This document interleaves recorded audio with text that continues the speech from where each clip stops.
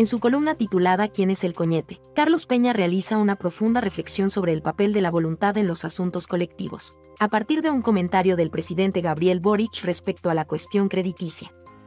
Peña plantea la idea de que, si bien la democracia se fundamenta en la voluntad de las personas que la integran, esta voluntad no es necesariamente libre de restricciones. Señala que existen realidades históricas, sociales y económicas que limitan la plena realización de esa voluntad colectiva. En este sentido, cuestiona si la economía, especialmente el mercado global, opera de manera independiente a la voluntad y las decisiones políticas. La columna invita a reflexionar sobre la complejidad de las relaciones entre la voluntad individual y colectiva, y la influencia de factores estructurales en la configuración de la vida social. Peña sugiere que el comentario del presidente Boric, aparentemente informal, podría ser interpretado como una provocación para repensar las dinámicas económicas y su relación con la autonomía de las decisiones políticas. En su análisis, Peña plantea preguntas importantes sobre la naturaleza de la democracia y el poder de la voluntad en un contexto donde las fuerzas económicas globales parecen tener una influencia significativa.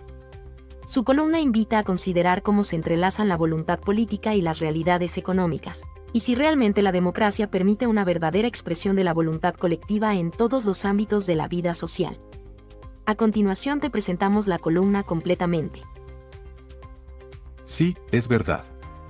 No parece muy adecuado, ni está a la altura de las expectativas que desata el rol presidencial, porque la gente, hay que recordarlo, no elige una personalidad, sino que a un político para que ejecute un papel, que el presidente Gabriel Boric, ataviado con abrigo y polerón, sugiera resolver la cuestión crediticia pidiendo a los bancos que no sean coñetes. Ni la vestimenta informal ni el giro coloquial parecen estar a la altura de las expectativas del rol. Sí, es cierto. Pero, bien mirado, el gesto presidencial recuerda, tal vez sin quererlo, una cuestión de fondo que no hay que desdeñar. Se trata del lugar que cabe a la voluntad en los asuntos colectivos. Uno de los supuestos de la democracia, una de las creencias, por llamarlas así, que la legitiman y que desatan el entusiasmo y hacen que confiemos y la consideremos como la mejor forma de gobierno, es que ella permite que la vida colectiva se configure desde la voluntad de las personas que la integran. La comunidad en medio de la que vivimos estaría constituida por la voluntad de quienes viven en ella. Buena parte de las instituciones de la vida democrática, el diálogo, la votación, los derechos fundamentales que reconocen igualdad entre los partícipes, la exclusión de la coacción, se justifican porque permiten la formación de una voluntad colectiva que, una vez configurada, esperamos conduzca a los destinos comunes. De esa forma, en democracia, creemos, se suprime en la máxima medida posible la heteronomía, es decir, la sujeción a una voluntad ajena, sea que esa voluntad provenga de la naturaleza o de la historia o de otros seres humanos, porque los ciudadanos al someterse a la vida democrática se subordinarían, de alguna forma, a los designios de su propia voluntad. Cada uno al obedecer la ley, al gobierno, o al someterse a las políticas públicas, se sometería a su propia voluntad.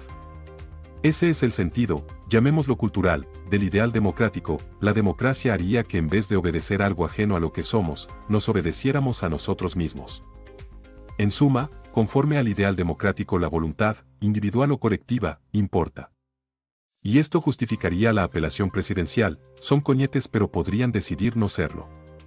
Pero he aquí que, de pronto, se cae en la cuenta de que las cosas no son así, que no es cierto que la voluntad, por más democrática que sea su proceso de formación, sea libérrima o carente de restricciones. Y es que existiría lo que pudiera llamarse el principio de realidad que nos obliga a inclinarnos ante la dureza de las circunstancias, sean estas históricas. Lo que tenemos hoy es el precipitado del ayer que no podemos, aunque queramos, cambiar. Sociales, la estructura de clases estimularía intereses de distinta índole y apetitos muy diversos, y desde luego económicos. El mercado funcionaría a base de leyes indóciles que no podemos cambiar. Detengámonos en este aspecto del problema porque él permite avistar un sentido oculto e involuntario en las palabras presidenciales. En la versión más tradicional de las sociedades, ellas se representaban como una pirámide en cuya cúspide estaba el poder político y de ahí para abajo el resto de los quehaceres sociales, religiosos, culturales y, por supuesto, económicos, todos los cuales el poder político podía teledirigir. Pero ocurre que hoy los sistemas exorbitan, exceden en mucho al sistema político, porque mientras este último es nacional, los otros tienden a ser globales, y en cualquier caso indóciles al poder político. Es lo que ocurriría ante todo con el mercado, el que al ser transnacional y el fruto de múltiples e infinitas interacciones, el resultado de la acción humana, pero no el fruto de ninguna voluntad individual, observó Hayek, algo parecido a eso de Marx de que los hombres hacen la historia pero no saben la historia que hacen. Adquiere la dureza casi física de las leyes de la naturaleza, de manera que en el nada o casi nada depende de la voluntad, salvo la voluntad casi antropomórfica de los precios, como cuando se dice, los mercados esperan tal o cual cosa, o la expectativa del mercado es tal o cual otra, o el mercado teme aquello, y así. Así concebido el mercado y la economía que trata de comprenderlo y predecirlo, la voluntad colectiva que es propia de la democracia tiene nada o muy poco que decir.